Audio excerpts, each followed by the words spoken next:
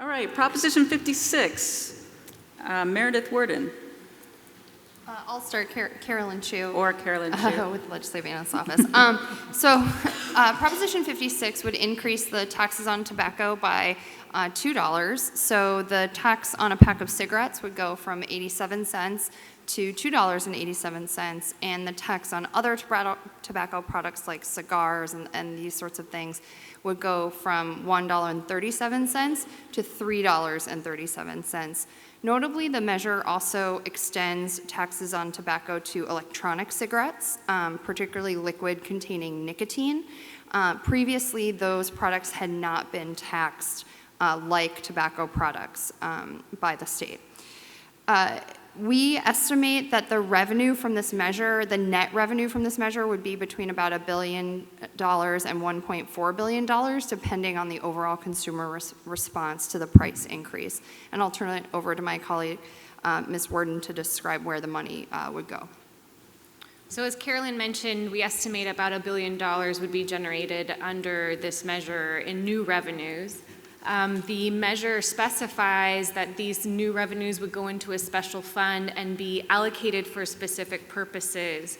On page 50 of your voter guide, there's a quickie cheat chart for you to see where those monies would be allocated. It's up here on the screen for you. First, those monies that are generated would go towards replacing revenues lost due to lower tobacco consumption as a result of this measure. Second, those monies would then support 5% of remaining funds towards administration of the tax program by the Board of Equalization. Third, monies would be specifically allocated to state entities. These amounts are specified in the measure, for example, the State Department of Public Health for the state dental program. And finally, the remaining funds, most of which would go to state programs, would be allocated at percent-wise. 82% would go to the state's Medi-Cal program, which we've heard a little bit about before, related to other measures that provides low-income health care to Californians. It's about a $95 billion program. We estimate about 82% of the remaining funds would be about $700 million to $1 billion going towards that program.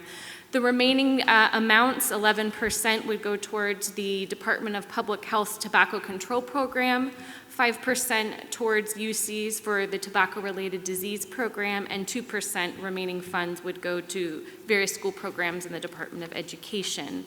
With regard to the fiscal impacts, again, this would generate new revenues, about $1 billion, as well as our estimates on state and local government healthcare costs.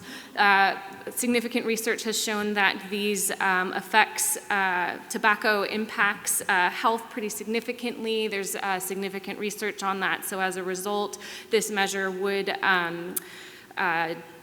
reduce state and local spending on healthcare costs. However, in the long run, the net long-term fiscal impact of this measure is not known on state and local government healthcare costs and other costs as a result of longevity and uncertainties around the health impacts and costs around e-cigarettes and other effects.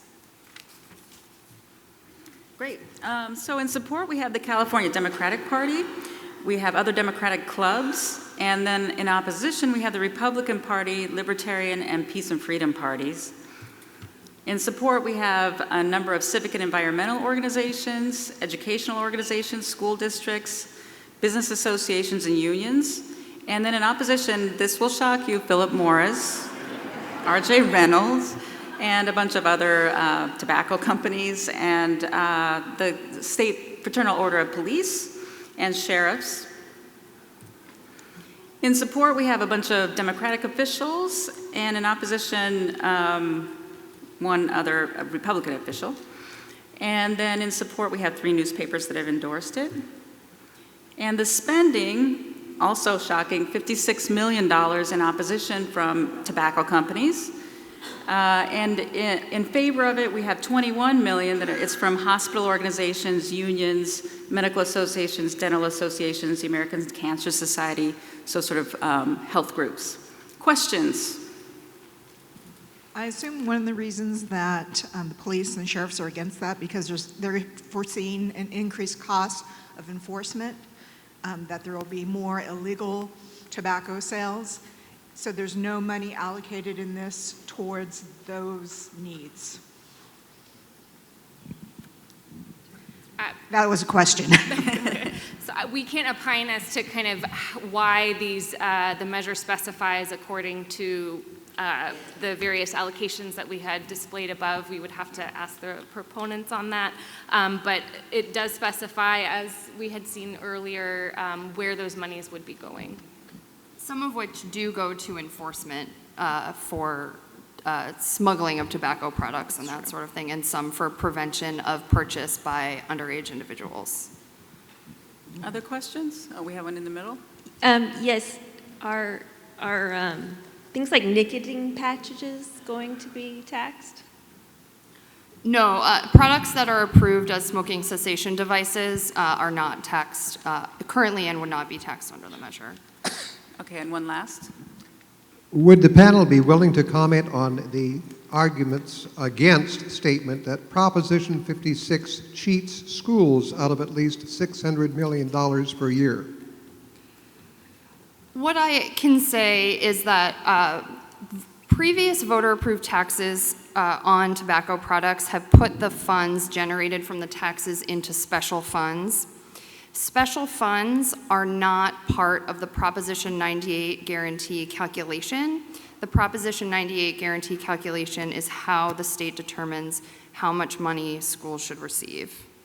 And similarly, this measure also puts the funding into a special fund, just like the previous two voter-approved tobacco taxes.